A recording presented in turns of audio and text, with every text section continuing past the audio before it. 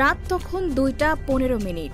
নির্ধারিত ফ্লাইট নিয়ে রিয়াদের উদ্দেশ্যে হজরত শাহজালাল আন্তর্জাতিক বিমানবন্দর ছেড়ে যাই আমরা। পাশে ছিলেন কো পাইলট রাফসান রিয়াদ। আকাশ ছিল শান্ত, আবহাওয়া অনুকূল। ভারত হয়ে ওমান ও সংযুক্ত আরব আমিরাত পেরিয়ে আমরা পৌঁছাই বাহরাইনের আকাশে। স্থানীয় সময় তখন ভোর 5টা ছুঁই। 40,000 ফুট উচ্চতা থেকে পৃথিবীর দৃশ্য ছিল মনোমুগ্ধকর। কিন্তু সেই মুগ্ধতা মুহূর্তেই মিলিয়ে যায় যখন এক ভয়াবহ ঘটনার সাক্ষী হই আমরা। কথাগুলো বলছিলেন ঢাকা থেকে রিয়াদের উদ্দেশ্যে পাড়ি দেওয়া উড়োজাহাজের ক্যাপ্টেন ইনাম তালুকদার।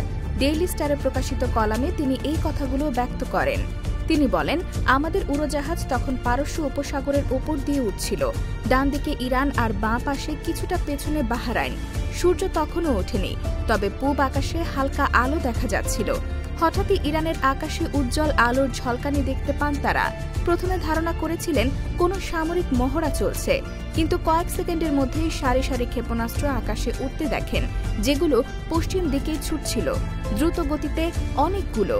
তিনি বলেন, আমার পাশে থাকা কো পাইলট রাফসানও হতবাক হয়ে যায়। আমরা দ্রুত ফ্লাইট রুট পরিবর্তনের কাজ শুরু করি। মাথায় তখন কেবল একটাই চিন্তা, যদি একটি ক্ষেপণাস্ত্র দিক পাল্টে আমাদের দিকে আসে, ভাবতেই শির দ্বারা দিয়ে ঠান্ডা স্রোত বয়ে যায়। ঝুঁকিপূর্ণ পরিস্থিতির মধ্যে কাজ করার অভিজ্ঞতা থাকলেও ইনাম তালুকদার জানান, এমন অভিজ্ঞতা আগে কখনো হয়নি। আমাদের উড়োজাহাজ থেকে মাত্র কয়েক মাইল দূরেই আকাশ জুড়ে ছুটছিল আগুনের গোলা।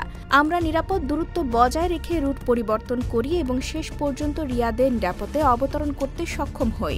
যেসব ক্ষেপণাস্ত্র তারা দেখতে পান, সেগুলো সম্ভবত দূরপাল্লার ব্যালিস্টিক ক্ষেপণাস্ত্র বলে জানান তিনি। এগুলো শুধু অস্ত্র নয়, বরং একটি কৌশলগত বার্তা। এগুলো বায়ুমণ্ডল ছাড়িয়ে কয়েকশো কিলোমিটার উপরে উঠে লক্ষ্যবস্তুতে আঘাত হানে।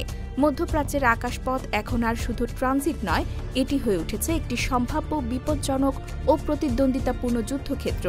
সবশেষে ক্যাপ্টেন ইনাম বলেন, সৌভাগ্যবশত যাত্রীরা এসব কিছু বুঝতে পারেননি।